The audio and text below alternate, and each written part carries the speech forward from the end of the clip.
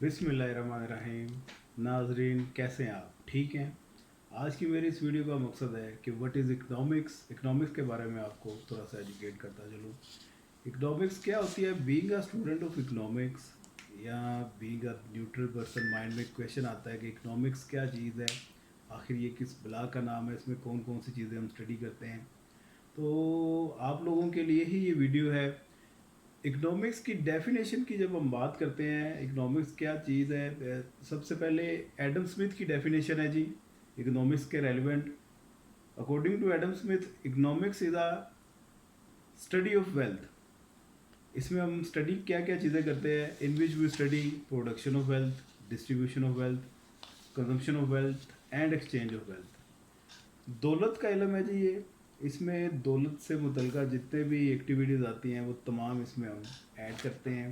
दौलत पैदा कैसे होती है, उसके बाद तकसीम कैसे होती है, उसको ख़र्च कैसे किया जाता है, और लास्ट में इसका तबादला एक हाथ से दूसरे हाथ पे किस तरह से किया जाता है। इसकी तरतीब ये इसी तरीके से ही रहेगी, क्योंकि डेफिनेशन अगर हम किसी की अगर ज़िक्र करते हैं तो वो एज इट कोड करनी पड़ती है।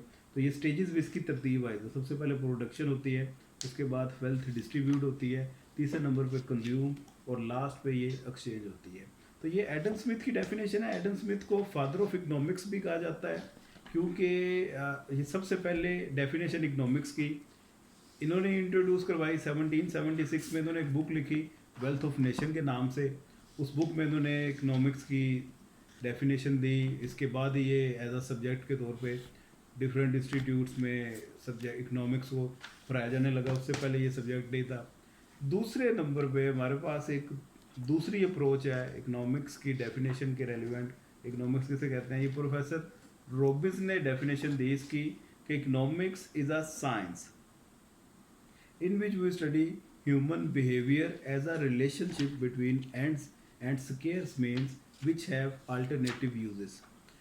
अच्छा, रॉबिन्स के नज़दीक इकोनॉमिक्स एक साइंस है जिसमें हम ह्यूमन बिहेवियर्स को स्टडी करते हैं। अब ह्यूमन बिहेवियर्स उसमें प्रॉब्लम क्या आती है, ख्वाहिशात हर बंदे की लामहदूद हैं और ज़राए उसके पास महदूद होते हैं। उन महदूद ज़राए में रहते हुए लामहदूद ख्वाहिशात को किस तरह से पूरा किया जाए, इसकी स्टडी का नाम इकोनॉमिक्स है।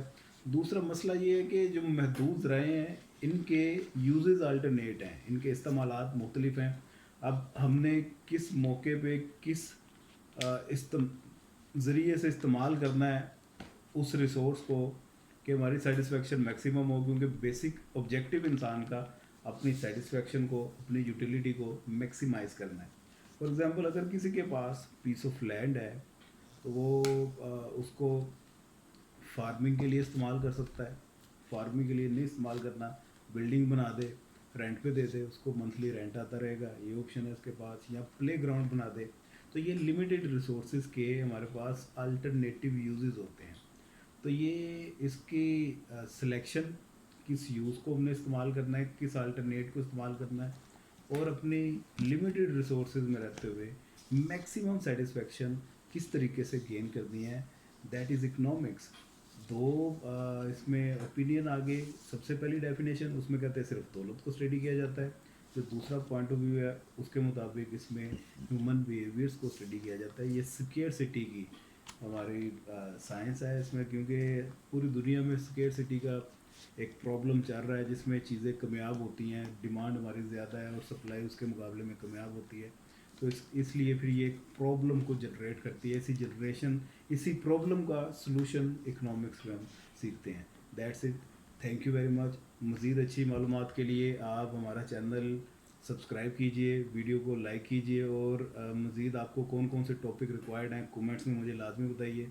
कोशिश की जाएगी कि उन वीडियोस को भी अपलोड किया जाए। शुक्रिया। पाकिस्तान जिंदाबाद।